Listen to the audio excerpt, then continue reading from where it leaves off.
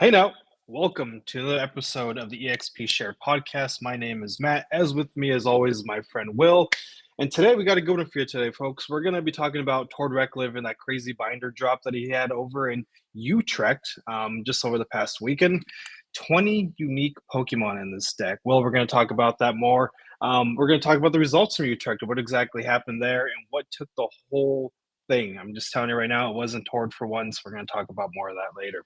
We're also going to be talking about Temporal Forces. We have promos and pre-releases coming up pretty soon here. In fact, next weekend, as far as I'm concerned, that's when our locals are going to start dropping their promos and, more importantly, their pre-release tournaments. So we're really excited for that. And we're going to wrap up today with everyone's favorite, America's nerdiest game, in fact, Blaine's quiz. With all that being said, Will, my friend, how you doing today? How is life? Good, can't complain. Just only watched a little bit of Utrecht this weekend, but watched this deck being played, this crazy binder drop toward list being played, and yeah, we'll get into it. But other than that, just excited. Temporal Forces feels like it's almost here. I mean, pre-releases are this weekend, so yeah, just excited Is it this for weekend or next? this very weekend. Yeah, you're Is right, the actually. first week of Mm-hmm. pre-release tournaments for Temporal Forces. There's usually two full weekends. The weekend after that's the second weekend, and then 1 week from then is the full release on March 22nd, I believe, which is the All day right. of Vancouver Regionals. Unfortunately, I think cards have to be released for like a full week or 2 weeks before Yeah. they're legal. They're not going to be legal in Vancouver. That'll be the very last tournament U.S. regional that has the current format. But yeah, it just feels like, you know, we've been stuck in this like super long, drawn out uh, Hmm. format that hasn't changed in months, and just like we're on the precipice of new cards coming. And yeah, I'm just very, very excited. Yeah, so am I. We had talked about this a couple weeks ago. Paldean Fates didn't really contribute a lot to the meta. And we were talking about, hey, is the meta stale or not? And at that time, I think I was more leaning towards the stale thing. You were like, yeah, so. 2 weeks later, I think we're kind of over it. We're ready for new cards. And with that brings a bunch of new archetypes. That being said, though, we covered that in a previous episode. Folks, if you want to listen to our thoughts on that, go ahead and jump onto the previous episode and then come back because we got some good stuff to talk about today. All of that is actually going to be starting right here, right now, with Tord's binder job. Can You're you already seeing it say on screen if you're watching. can you say it's Sorry, go stale ahead, Will. though when some brand new deck list like this comes out? No one's done it like this So, before. no one's ever done. The thing is, here's the thing: Tord is, and we're going to jump more into this in just a second. But Tord is arguably one of the best players to ever live. Very, very talented, very, very accomplished PTCG player. And these kind of things are pretty typical for him. He likes to kind of get out of the ordinary. He's already got his invite to Worlds. I'm sure he's already all set from that perspective. Now he's just having fun. And I think this is a really good example of this man knows no bounds. Nothing can hold him back. He can do whatever he wants. And for those of you folks who are just listening, you're not watching, we have towards, they're calling it a Charizard box. I'm calling it a binder drop, an extreme binder drop. We have a lot of one-ups here. Everything from a one-up of the Pidgey line to the Bibarel line to we have some Urshifu V and VMAX mixed in there. Inteleon, the baby Inteleon makes an appearance. What card out of this entire, maybe not what card, but what cards out of this entire set, or this deck list I should say, um is most interesting to you, Will? Well, I mean, I think the most interesting thing to me is, I mean, because we've seen some of these archetypes being played. Obviously, Charizard with Bibarel and with Pidgeot have been played. He's playing both, so fine. Even Urshifu and Urshifu VMAX, like that is a current meta archetype that is relatively popular. Mm-hmm. Not shoving them into other decks, but just as an archetype, they're relatively popular. But Inteleon, to me, is the most interesting thing in this deck list because Mm-hmm. Luminion's Clockability, Rotom, Charizard, Radiant Charizard, those cards are all played and they're played relatively often in the Charizard box. But Inteleon, I don't think we've seen it basically since the old Inteleon that Inteleon Palkia, where you had quick Mm-hmm. shooting, you had the Inteleon that allowed you to draw trainer cards, and you had Palkia all in the same deck list. And yeah, quick shooting kind of fell off when the other, I can't remember what that other Inteleon is. Um, Shady Dealings, it's a that's what it Shady is. Dealings Inteleon, right? That can Yeah. draw trainer cards. But those two used to be kind of played in tandem, and once the Shady Dealings Hmm. one rotated, there's no real reason to play this. It only does 2 damage per turn, damage spread per turn to any Pokemon that you want. But I think what's interesting about this deck list, I guess, is Mawile. I think is also really important. I think it won him a lot of games throughout the day. It basically, I don't think a lot of decks are respecting stall enough, and we can talk about that later as we go through results and stuff like that. But Mawile is sort of just another stall. If you run out of switch cards, you can't retreat, and you boss up or counter catcher up an opposing Pokemon that doesn't have any real attacking capabilities.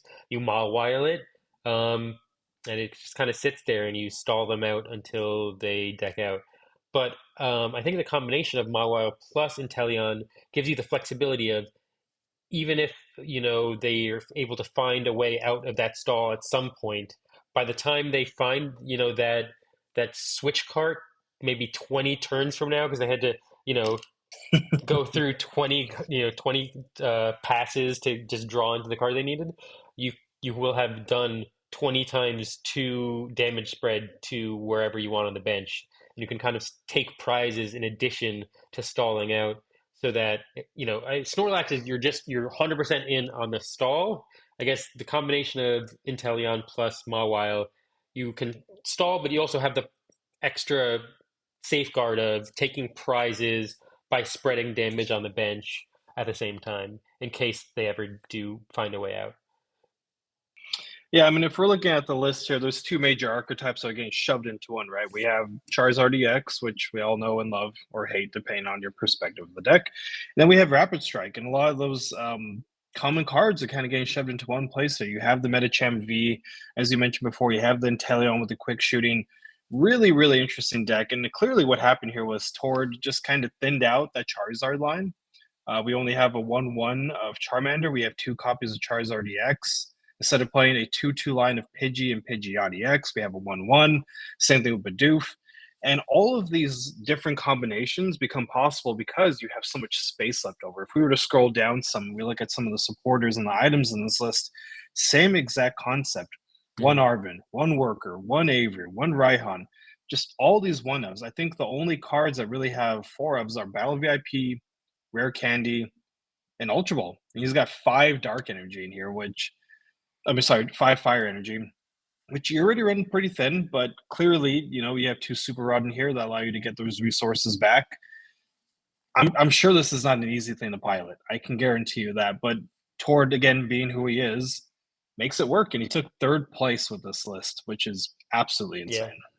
because again, the consistency of a deck like this, every single game you play, when you're playing one ofs of essentially almost every single card, prize checking, I can't even possibly imagine the prize checking that goes on.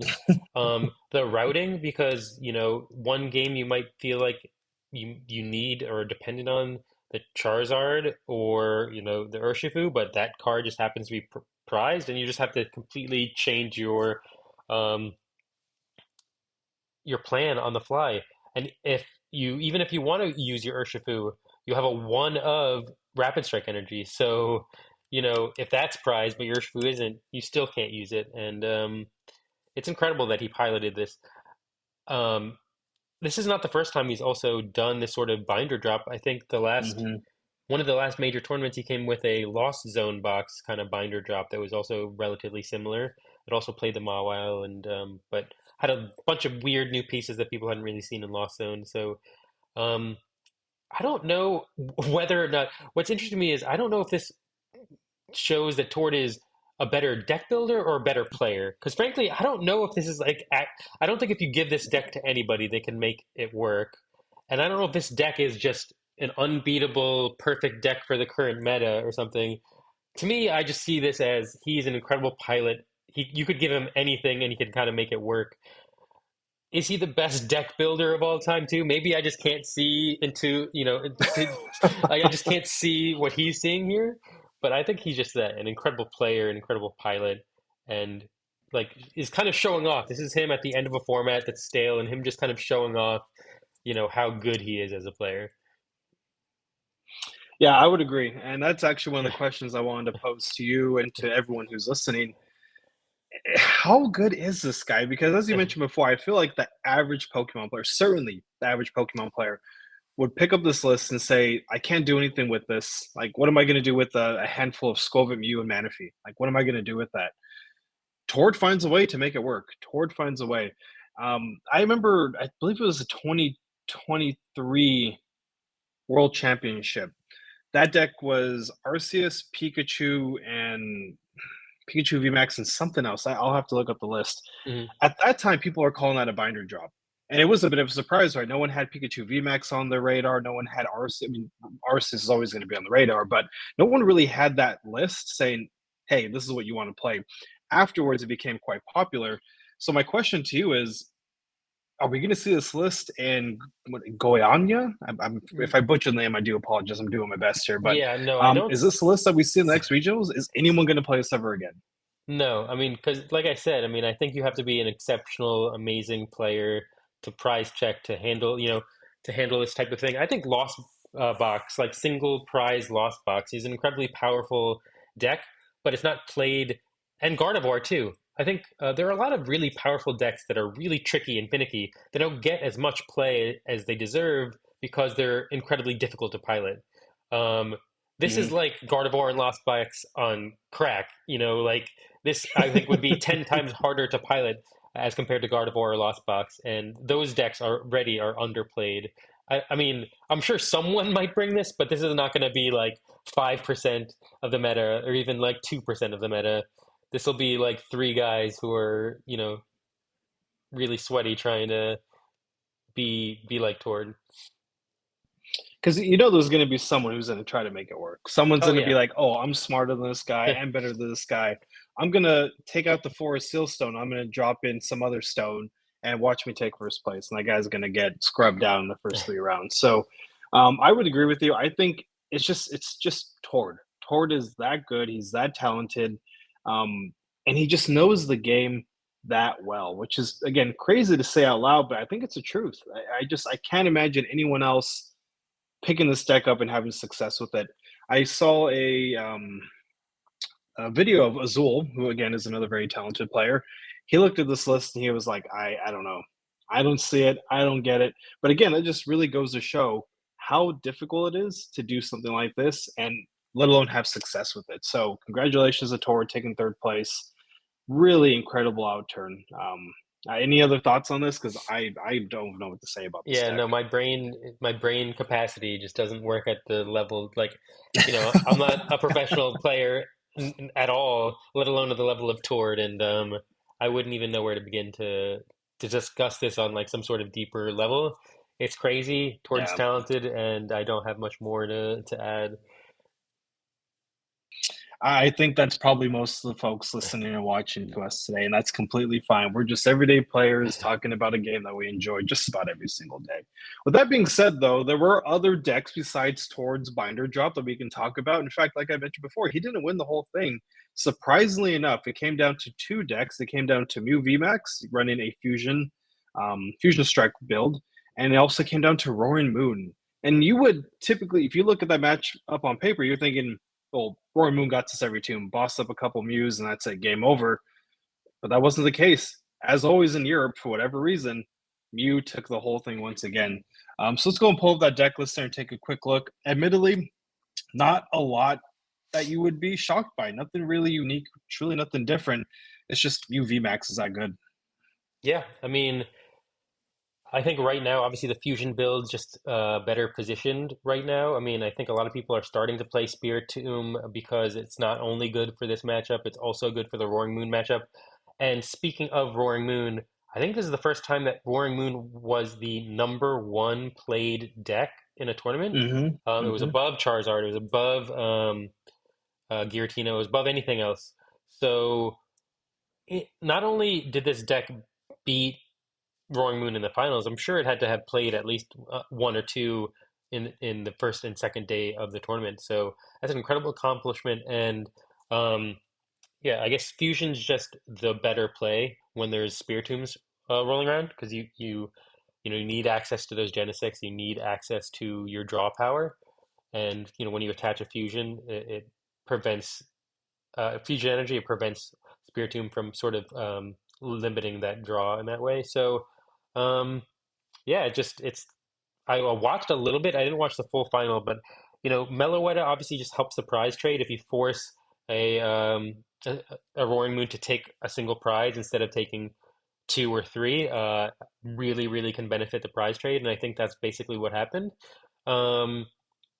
And yeah, I mean, there's the one up path that can also hurt Roaring Moon. I don't know if that came into effect. This looks like a pretty typical list. I don't really have much else to say.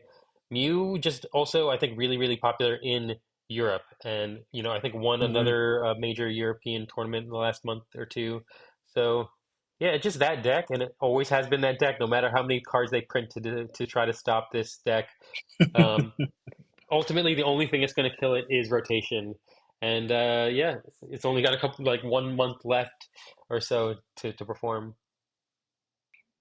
Yeah, I mean, as you mentioned before, it's always going to be there. It always has been. It always will be.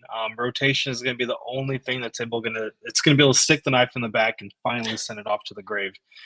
Part of me is a little bummed by that actually, because I used to hate New VMAX. Drawing half your deck turn one, going through all the play and all these things, and I hate it. I always thought if I could just knock out a couple of these VMAXs, how hard could it be? I'm done with the game. And it always just kind of proved to be a bit of a troublesome thing. And as happy as I am to see it go, I'm also a little bummed to say that Eugenisect is no longer going to be a thing. But back to the deck list here. Again, pretty typical stuff. You have the Meloetta to go ahead and help you on the prize exchange there. You have your four power tablets. You got your four Ultra Ball, your four Battle VIP. You got a Path of the Peak copy in there just to be safe. Nothing about this deck stands out in any way aside from that it won the whole thing. And really, folks, we really shouldn't be surprised anymore.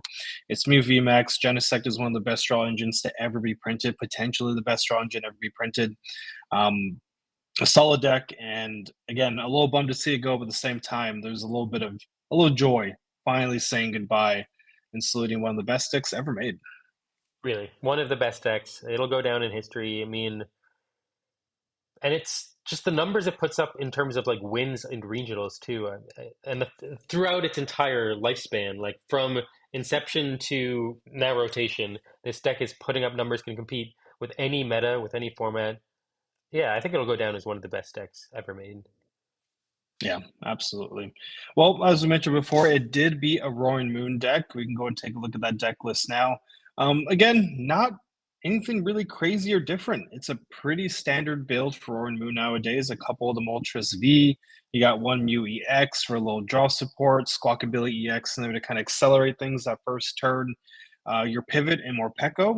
I think the one thing that really has changed Warren Moon, I think you might have talked about this a couple of weeks ago, is previously they had four Sada's Vitality. You're pumping in a bunch of those. The issue with that is that's your supporter for turn. You can't disrupt the hand. You can't boss anything up.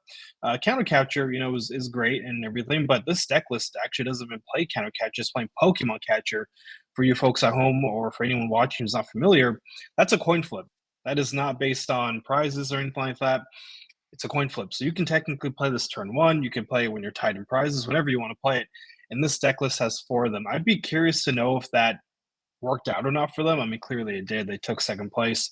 But again, pretty standard stuff. And I'm looking at this list now, Will, and this thing's gonna get decimated by rotation. Oh yeah, I mean, so I don't know about decimated, but so I'm a Roaring Moon player. I'm pretty familiar with how the deck list has changed over time. I've been following really closely. Um, there are decks that perform really well with Pokemon Catcher. Without, I do think Pokemon Catcher can really turn the tide. When you want to disrupt or when you want to draw more cards with research, but you also need to get that boss, or boss that same turn. Those Pokemon Catchers really can help. Um, the one thing I find interesting about this list is it also plays water energy. I feel like water Mm, energy was an early tech that people were putting in so that you could SADA some waters out and then switch them over to your Radiant Greninja and stuff like that. But It lowers the consistency of your deck just because you might not get the dark energy that you need to power up a Roaring Moon. And because there are fewer Sadas now in in these deck lists, there's fewer chances to, accelerate water energy, attach a water energy from hand, and um, switch all in the same turn. It's just much more difficult um, with fewer Sadas. Sada was really the way to get like two water energies back out of your discard pile at the same time. Switch them, attach them, and get everything going all in one turn. Obviously, it worked out though. The water energy did work. So maybe that's a way for this deck to work in the future. And of course, the major tech that brought this deck back to relevance was the Moltres V, and that's the thing that's rotating. I don't think there's too much else that actually changes, Yeah, but the Moltres I V I misspoke. is so important that I do think that this deck really loses a lot and likely will not be near the top of the meta in any capacity. I don't think anyone will be playing this deck until someone, cracks the code again, finds the way to make this deck work in the future format with different cards. I mean, I think Darkrai and Darkrai V-Star might be that card.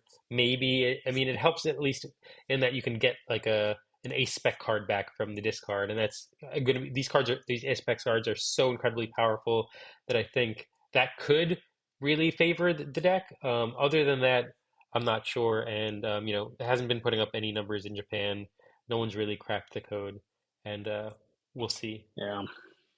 I think when you lose a key card like Moltres and Battle VIP, and bring in the introduction of something like a Mist Energy, it's going to be difficult to recover. I do think that it may have its day in the sun again sometime in the future, but certainly post rotation, you might have a Roaring Moon pop into a Lost Box list, maybe even as we're calling it, a Dino Box, Ancient Box, whatever you folks want to call it.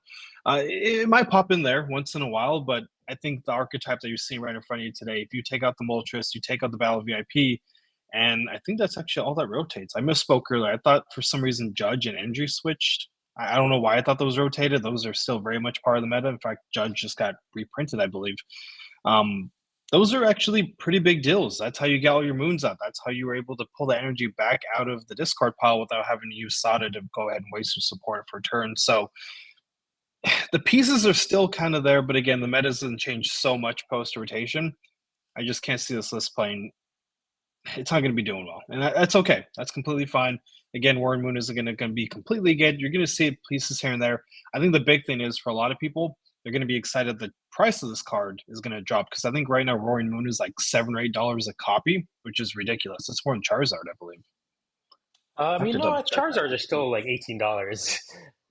What? Yeah, no A way. standard copy? Standard copy of Charizard Mm, still like I think it's over $15 if I'm not no, incorrect. that's crazy. So I know you pulled the one from Paldean Fates. That's a cool 110 right now. Nice, nice. Um, the secret illustration rare from Sydney. That's 40. Where's it? Where is it at? $8. It's $8. Wow. Okay, So okay, that's not and bad at yeah, all. that's not bad. That's not bad. I got to check Roy Moon real quick though. Just speaking of Roaring Moon, what was I going to say about it? I had one more thing. Roaring Moon, the standard copy from Paradox Strip, 632. The promo version is nearly $8. I guess What because the is only way going you can on? get it is in like a $25 box, and Yeah, yeah, that makes sense. That makes sense. Yeah, wow. Yeah, I mean, what's interesting actually is that the Charizard EX, the one from Paldean Fates, I pulled two of those for whatever reason. I just guess I got lucky with that. That card is only $2. It's the same exact card. It might have a slightly different like holographic print on it, but otherwise it's the same exact thing, and it's a fraction of the price. I don't understand how that works. I'm not really involved in stonks or anything like that, I but think just the pull rates are so much that's higher, and maybe it's just, but maybe. why would people care? Like the price, it's the same card. It looks the exact same, right? So it just has a different Yeah. stamp on the bottom. But yeah, I guess that matters to some people. For some people, perhaps. For some Yeah. people, perhaps, and that's all right. The promo one, the Charizard EX promo, that's the one I have in my deck. I don't really think it looks that good. The closed mouth and the head up just looks kind of funky. He's only $4, but the shiny version, the Paldean Fates one, uh, 536. Maybe I'll Hmm. grab. three of those instead because I'm not really a fan of the ones I got on I my just have deck now. three of We're the getting sidetracked. I just have three of the regular ones. I think they look pretty good. I actually think none of the full art Charizards look good at all. I really don't like any of the full art or secret Yeah. rare Charizards in any way. So I'm looking at them now. Yeah, none of them are really. I will say though, the one that you pulled, the Secret Illustration Rare from Paul Day and I think Fates, that's the not best bad. looking one, but it's still to Yeah, me, not bad. frankly, I'm saying it as someone who just pulled it. I don't think it looks that good. Probably gonna sell it. Yeah, get it graded and then sell it after that, and you're going to make a pretty penny. I can tell you that much. But again, we're getting sidetracked. I do apologize. So those are the top two deck lists from Utrecht. Again, very interesting. Nothing really super exciting, unfortunately. But as we mentioned before, meta's a little stale. So what do you expect? That being said, though, there are some pretty cool decks as you go further down the results list. The first one I want to touch on here is Reggie's. Reggie's is back apparently. It's back. It's here. It's a thing. Do you know what Um, place I this got? I mean, man, I can check here right now. That's not a no, problem. it's just interesting. Also, I mean, we'll get to it later, but you wanted to make Blastoise a thing, and Blastoise also made its first Oh yeah, limitless like appearance. I think it got 90th place, which is very, very respectable. Blastoise performed. Like, 94. We're gonna get to them in just. I mean, hey, you know what? I'll take it. And I personally, I mean, we're gonna dive more into that a little bit later on today, but I think Blastoise isn't like a terrible play, honestly. Reggie's 36, which that's isn't bad. again, Which that's isn't bad. really good. Yeah, yeah, not bad at all. A single prize deck. We got two Reggie Drago from, I think that's Evolving Skies, one from, I don't know what set that is, I got to tell you, folks. But it's basically a 2 2 of everything. We do have one Reggie Ice. I'm never sure why Reggie Ice always kind of gets the short end of the stick on these deck lists, but he's always a one of. And then other than that, it's again a pretty standard list. You got four Nest Ball, you got four Ultra Ball, you have a Luminous Energy to kind of take care of some random energy cost on one of your Reggies there. One Pokestop, three Artisan, a Heavy Ball. Other than that, again, a pretty standard deck. I think the most interesting thing out of this entire list might be the one Serena, which you can use to boss up a V, or you can use to discard cards and draw some. Other than that, again, not super exciting, but I think what's really cool about this deck list, and this is something that we've been talking about in previous episodes, the cost of purchasing certain lists. This deck right now, if you were to go on TCG Play and purchase it, $21. That's ease of entry if I've ever heard of it. Yeah, no, I mean, Pokemon, I think, I've seen so many people talking about it on Twitter and just like the cost of playing Pokemon and being competitive in Pokemon. If you want, lowest pull rates, no full arts, no nothing, you can build most of the meta decks, even Charizard, for under $50. And I don't think any competitive trading card game has that kind of ease of entry. $50, I'm not saying it's nothing, but in terms of trading cards, which, just can be a really expensive hobby, $50 when you're buying cards, like single cards rather than buying packs is incredibly, incredibly affordable, I think. Yeah, I mean, if you look at an ETB, that's $50, and you get what 9 packs, I think it is now. You might get a promo or whatever, but you're not going to be able to play a deck. Something you can probably build a deck out of what you have in ETB battle, which maybe we might do that in the future. If you're interested in that, comment down below. But otherwise, $50 isn't really going to get you much. You might get a pull here and there, but if you really want to build a competitive deck, as well just mentioned, you could probably do it for $50. Don't bling it out. Get your standard prints. Nothing crazy. Make a couple trades to get you there, and you're going to have a competitive deck. And as you mentioned before, things like Magic, Yu-Gi-Oh, Lorcana, even Oh, Lacrona is insanely yeah, expensive. it's absolutely insane. Well, we might take a day to talk about those other games. I'm not super familiar with them. I have some knowledge of them, but otherwise I'm not super knowledgeable on them. But those decks, five, six, $700, maybe even in the four digits, especially if you're talking Magic. They're older games.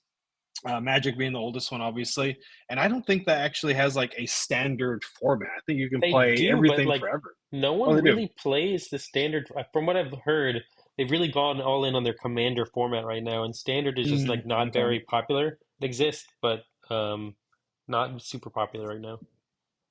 Is Commander a singleton 100 deck format? It's a singleton format, and it's actually multiplayer, I believe. I think you can play it with Yeah, like four, multiple right? four players. I'm not sure how Yeah. big the decks are for Commander, um, but they are No, it is we're a singleton. Pokemon podcast. It doesn't really matter anyway. But yeah, and again, Reggie's here.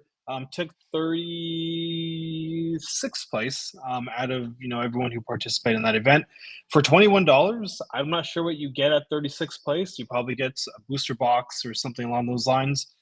Pretty good return on investment. You probably had a really good time playing this list, and a lot of people probably like, hey, cool deck, really fun, really exciting. So again, Reggie's 36th place, really, really cool.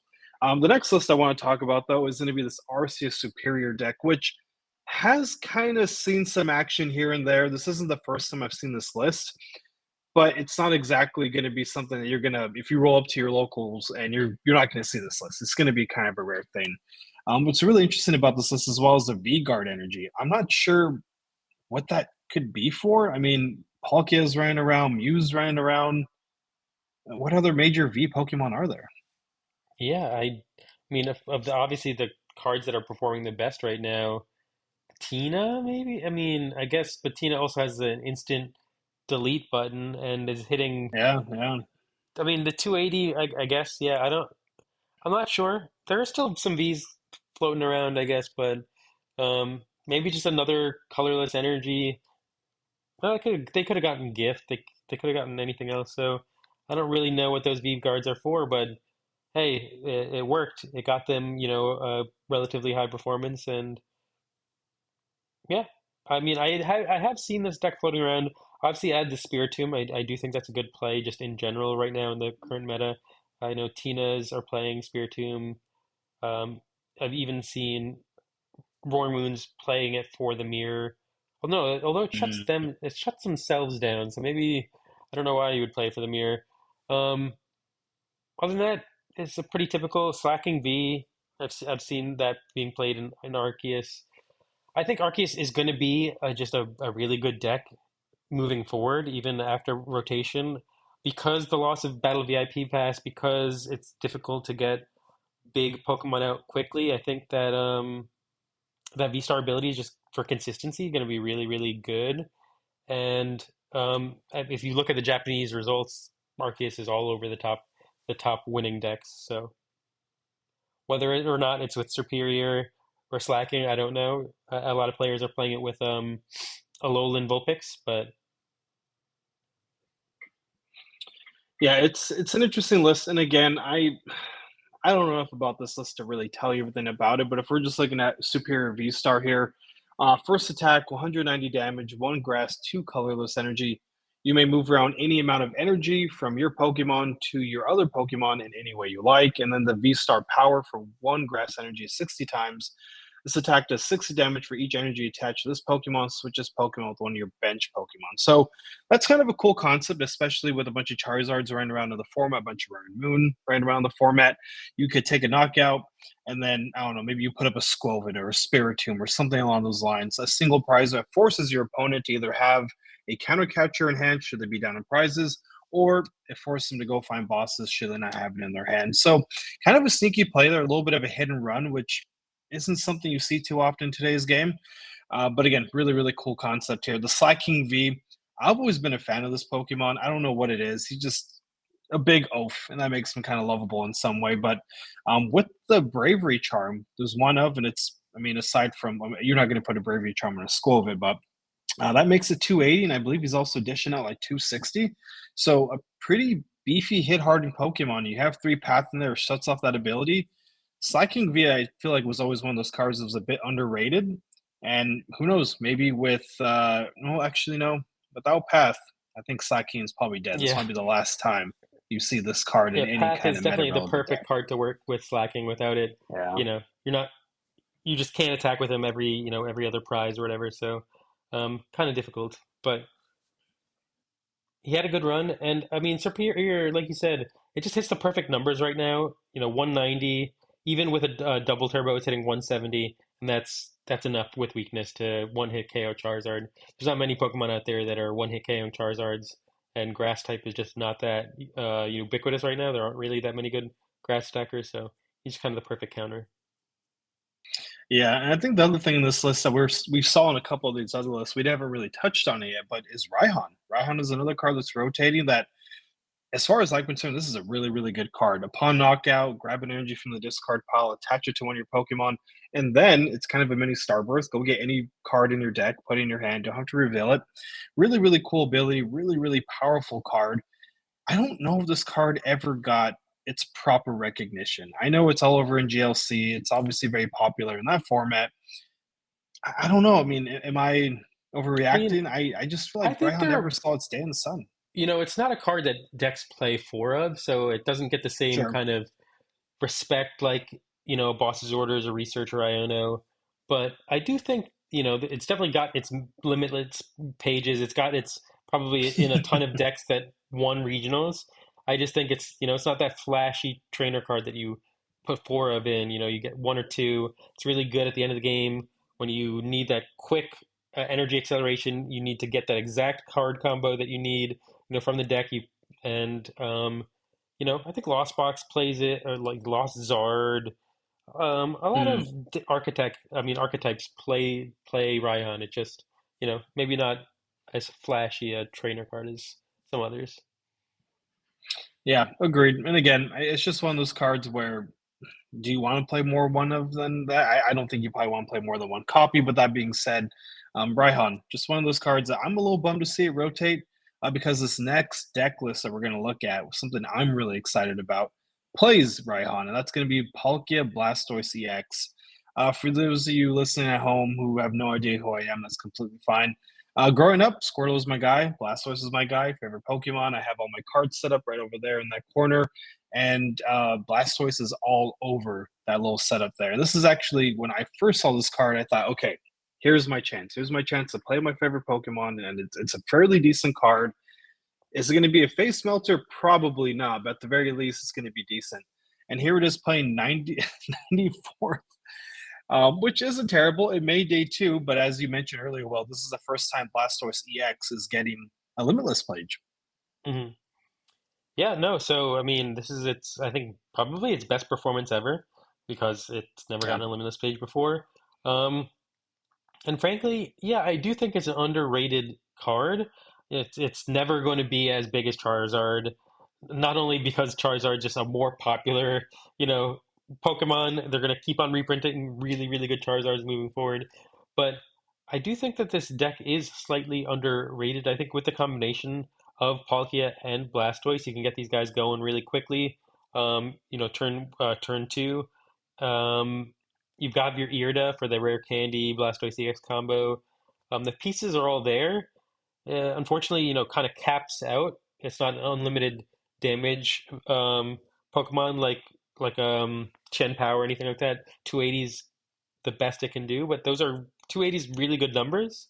So it got the results, and I think maybe post rotation, and it doesn't really lose anything, so maybe it could continue to have a life going forward in post rotation. Yeah, I agree. I think it's actually going to get slightly better. You're going to be able to drop your Poffins in there, so you can go get your Bidoofs and your Squirtles a little bit quicker. You can get Palkia V with that, but that's what you got an S-Ball for. I think the one thing that really makes this deck from average to, we'll say good, I'm not going to, jump off a cliff for this deck or anything like that, but is Maximum Belt. An extra 50 damage on your EX Pokemon. It's true. That gets you to that 330 number that knocks out Zard, that knocks out what's the other big EX? That's That's as probably big as right it about gets. I it. mean, like Yeah. Gardevoir EX is Besides Blastoise 310. itself It's 310 at for 310. Gardevoir EX, Yeah. but that deck kind of falls off. So, I mean, it can. There are no cards that are higher than three. That's not true. I mean, there's like Venusaur EX. I think it was 340 or something like that. I think Torterra EX is also 340 if I'm not But no mistaken. real meta decks, I think, that matter have higher than 330 HP. So, Yeah, um, yeah. yeah, it's hitting those numbers with that maximum belt for sure. Yeah, I agree. And this is a deck that I still have built. It's still sleeved. It's just sitting over there waiting for its time in the sun. So I tend to take apart these old decks and then put them back together with different pieces and whatnot. And this is the one deck that I did not take apart. And mostly it's almost the same exact 60. I might have like an extra energy in there. I might have an extra superior energy retrieval. But otherwise, it's almost the same exact list. So I was really excited to see this. And again, if we're talking about ease of entry, $45 and you got yourself a deck list that does pretty well, even considering the environment that regionals offers. So, um, really, really fun list. And again, will we ever see, another time where Blastoise is in the sun?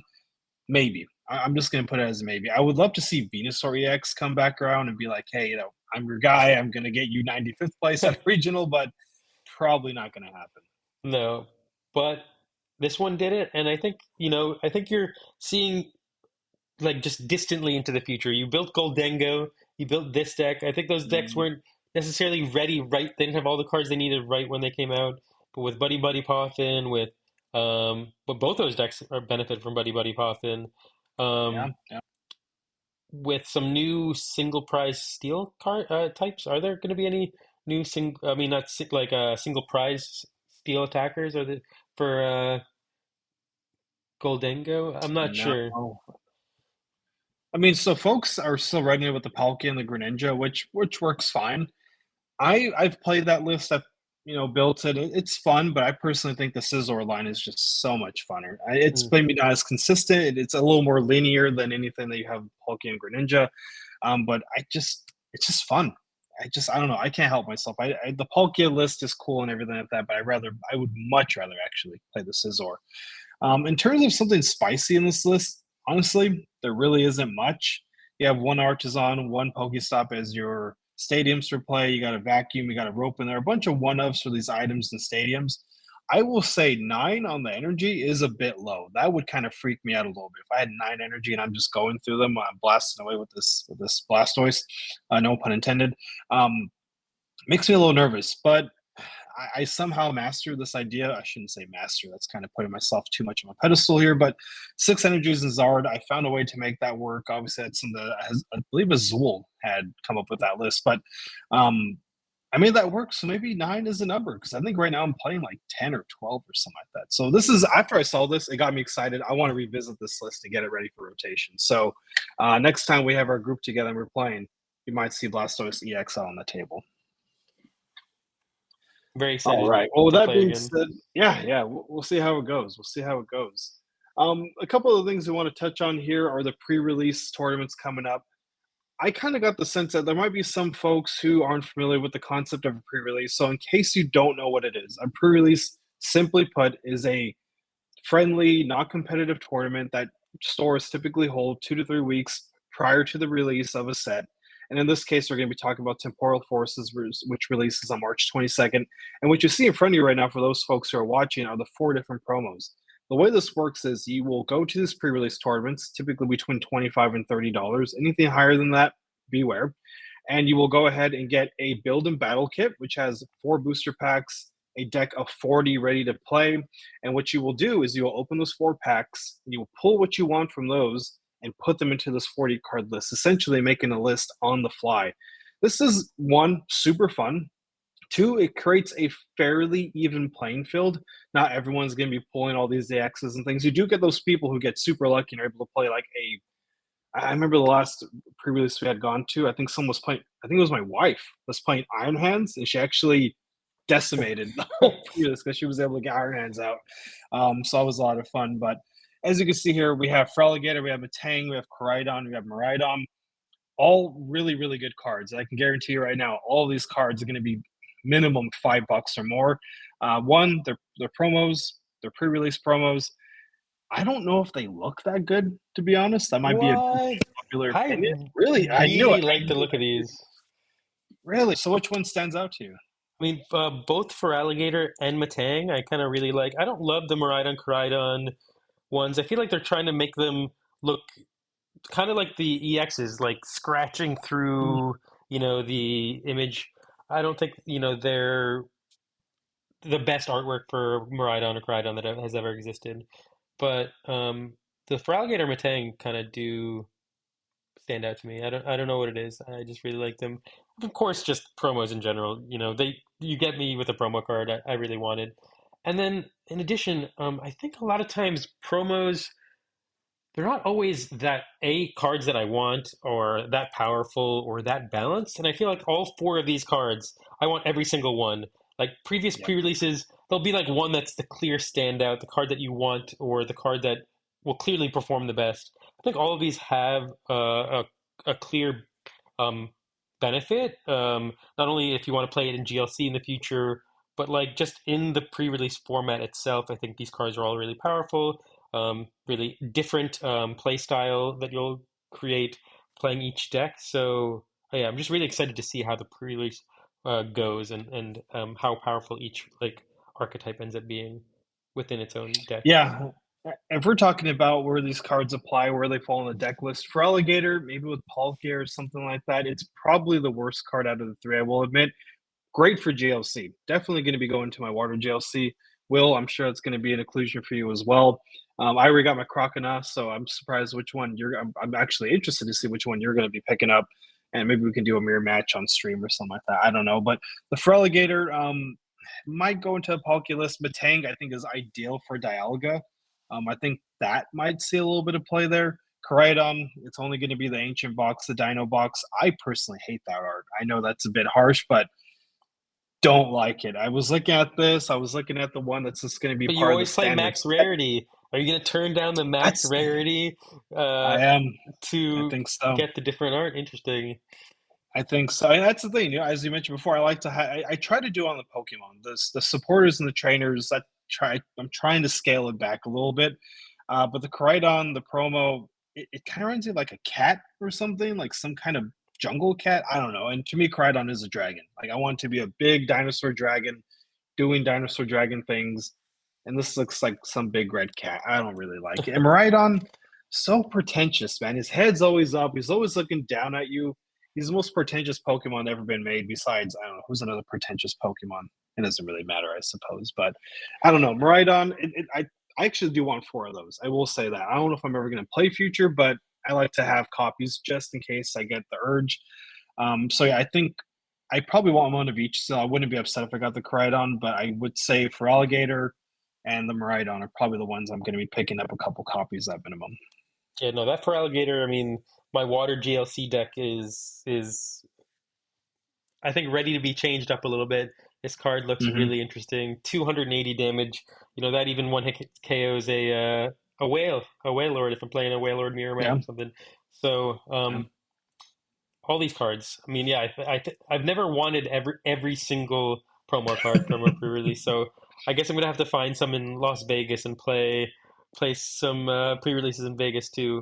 Dude, that'd be sick, man. You go out to Vegas, have a couple drinks, you pop into a pre-release, you got a little buzz going on or something. Like, why not? Why not go out? It's Vegas after all. So, and Vegas has got some good card shops. I'm Oh yeah, always no, seeing them all over online. Yeah, I see ads online. I feel like they have huge tournaments too that have big prize pool. yeah, They try to attract people with like really big prize pools for their tournaments, like $1,000 cups or $1,000 like yeah. championship, Crazy. league cups. So I don't know. I'll keep an eye out. Yeah, I know I would. I don't know if my wife would be happy with it, but at the very least, I know I'm going to have a good time. So, as you mentioned, well, all these cards are extremely playable. For Alligator and Matang probably being the ones that aren't going to see a ton of action initially. Koraidon, Miraidon are definitely going to be played immediately. Those cards are going to be a little bit higher in value. Again, for Alligator, very popular Pokemon, definitely goes in the GLC. Might be a meta thing. I don't know. I think Matang is probably the one people are a little low on. Um, I personally think that Dialga is just for those folks who aren't familiar. Dialga V Star, 5 Still Energy, do 200 damage and then take a second turn, which is just absolutely nuts. You don't see that very often. Really, in any card game, taking 2 turns back to back is an extremely rare attack, really extremely rare ability. And Matane kind of helps you get there. Being able to draw the top 4 cards, take any still energy, attach them to your Pokemon any way you want, shuffle the rest. That's a really big deal there because typically when you see cards that say, look at the top 4, top 6, take what you want or take what you can get and then discard everything else. So being able to hold on to those things is really, really valuable. In addition to that, you're not going to see those other 3 cards, those other 2 cards, whatever the case may be. They're going to be at the bottom of the deck, and you're going to be able to look at a fresh new 4 should you have 2 or 3 of these Matangs on your bench. So really cool concept. I'm surprised no one's talking about it as much as maybe I think they should. But then again, Dialga V-Star really has never seen the action, certainly not nearly as much as Palkia V-Star has. And those guys tend to be, time and space. It was kind of be the opposite ends of that whole thing there. No, I think some people are. It's not getting results, at least from what I'm seeing in Japan, but Yeah, some people are yeah. still talking about it. I think it works. I saw some people building this deck and playing it, and it worked. Once you get those Matangs out, and if you had even only two of them, seeing 8 cards and attaching as many energies as you want, that's really, for the most part, all you need to hit those numbers, and plus attach per turn. Um, I think Dialga could be a threat in this upcoming meta. I hope it is because again, I think it's a really really cool concept. Steel isn't like the worst typing to have right now. Chien-Pao is weak to that. What else is weak to Steel? Is Gardevoir weak to Steel? No, that's going to be Dark, No. I believe. Yeah, I don't think you're hitting weakness Yeah, that much, but you're also not many decks are hitting weakness on you because yeah, fire yeah. is not exactly really strong in the meta right now. So Right, yeah. That's what I was trying to get at. I mean, maybe Incineroar is a thing. I don't know. A lot of people seem to be pretty low on that card as well, but who knows? That's the thing, right? We can't get too far ahead of ourselves. We've got to see what the meta turns into in a couple weeks. So everyone hold tight. At the very least, folks, go to a pre-release. We have some resources that we could probably drop in our description for this episode. Play Pokemon, go onto Pokemon's website, look up events, go find a pre-release, go play. Even if you've never played before, this is actually a really good environment to learn how to play, to not be all stressed out. You might have a couple sweaty folks here and there, but again, it's a pretty even playing field. You're not going to see a bunch of Charizard EX ran around doing God knows how much damage. It's going to be pretty fun. It's a pretty chill environment. It's also a really good way to kind of meet people. That's how actually I started meeting a lot of the folks who we play with now today. Will we yeah, just this kind was of met my each other for release? this was my way. I broke into the Pokemon, like playing Pokemon cards, because obviously I collected for a Mm. little while, but I think playing was intimidating, especially just going from not playing to playing like full blown sweaty, like standard Pokemon. This is very casual, 40 card decks. You're taking 4 prizes instead of 6. You're learning like the basics, the fundamentals of just how the game works, how to build a deck. It's the perfect way to get in if you've never really gotten into Pokemon before. I Even after I would go home, you get to take these decks home, and then you can like rebuild them at home. That's what I would do, just practice deck building more too. And it just, yeah, I think it's a really good way to go from collecting into actually playing the physical card game. So it's my favorite way to play. Agreed, It's still, I definitely. think, even And with for standard, it's still my favorite way to play the game. Oh yeah, yeah. I mean, JLC is also right there, but there's something about a pre-release that everyone's getting the new cards, and I've already mentioned her quite a few times. I don't know why, but my wife, this is one of the few events she gets excited about. She'll actually go and participate. It's something that we do, and Will, I would actually encourage you to do this with your wife, is to buy an extra box at this event. Typically, they have a few extra on hand. Go ahead and grab a copy, maybe a two each, and then come home and then do it at home. Just play the game at home. You have an entirely new environment, entirely new deck. Hopefully, you get a different deck. It's not guaranteed. They're all random. You don't get to choose which one you want. And it's just a really fun thing to do at home with friends or family, whatever the case may be. And again, it's not really meant to be super competitive, super sweaty. And for those folks who aren't familiar with that term, sweaty is basically like a try hard, someone who's really, invested in really trying hard to play and to win, more importantly. Um, it's just a really great environment. Typically, these events have some kind of judge or organizers familiar with the game. They're willing to lend their time to help you build the deck. And as I mentioned before, the people who you're playing with, this might be the first time as well. So, if there's ever been a little hesitation, there's ever been a time where like I really want to go, but I just don't know enough. March 22nd and anything before that is a really good time. You might even get some pre-releases happening the week after, a very rare thing. I wouldn't really call it a pre-release at that point, but they're building battle tournaments, I guess you could say. So if you got one in your local area, go check it out. If you don't know how to go check it out, Pokemon.com, go find their play events page. You can search it up, type in your zip code, and you'll have a bunch of different options available to you, I'm sure. So, Will, which one is your favorite? Let me just get you. Let me get you answer that. Which one? Definitely If the you had to pick Feraligatr. one, The Feraligatr. Alligator? No. Done. All right.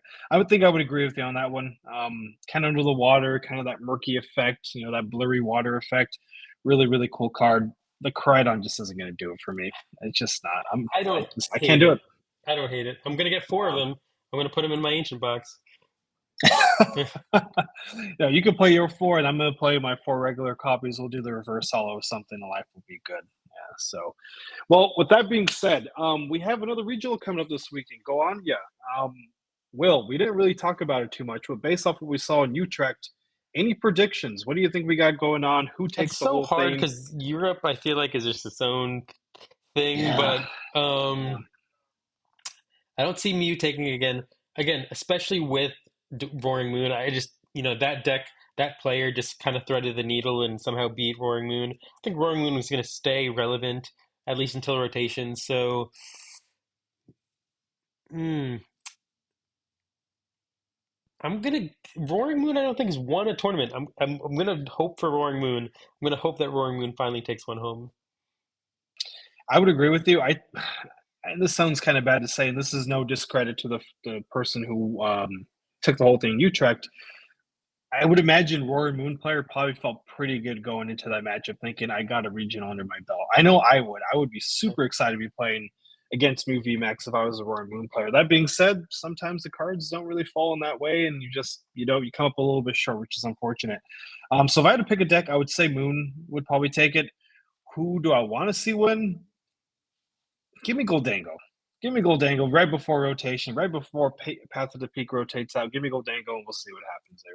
I So think it's too I'm soon excited to see. With Pat in format. Too many people are playing it. It's such a devastating card to the draw engine. Yeah. Um, just you're gonna have to wait till rotation, unfortunately, I think, but we'll see. That would be amazing if it was able to do it. I'm just hoping here. Play your four worker, play a couple Lost Vacuum and three Pokestop, and you're going to be just fine. All right. Well, with that being said, we're going to wrap up today's episode with America's nerdiest game, Blaine's quiz. Last week, I think Will thought he had me. He offered a really wild description, and just by the grace of whatever being you believe in, I just happened to I read that description some time ago, so it was kind of fresh in the memory. But this one is unique. This one's different, and if I'm you get so this one on the nervous. first try, I got to keep the streak alive. I have to keep the streak alive. for those of you folks keeping track at home, keeping score at home, 40 points each. I've only done this a couple times, so this is potentially going to be our deal breaker here. Regardless, I think Will get this one. Just I'm hoping you don't get the full 40 points. So, are you ready for Oh, the Pokédex entry? I'm ready. All right. This Pokemon has been treasured not just for its physical labor, but also because it produces high quality mud used for making pottery.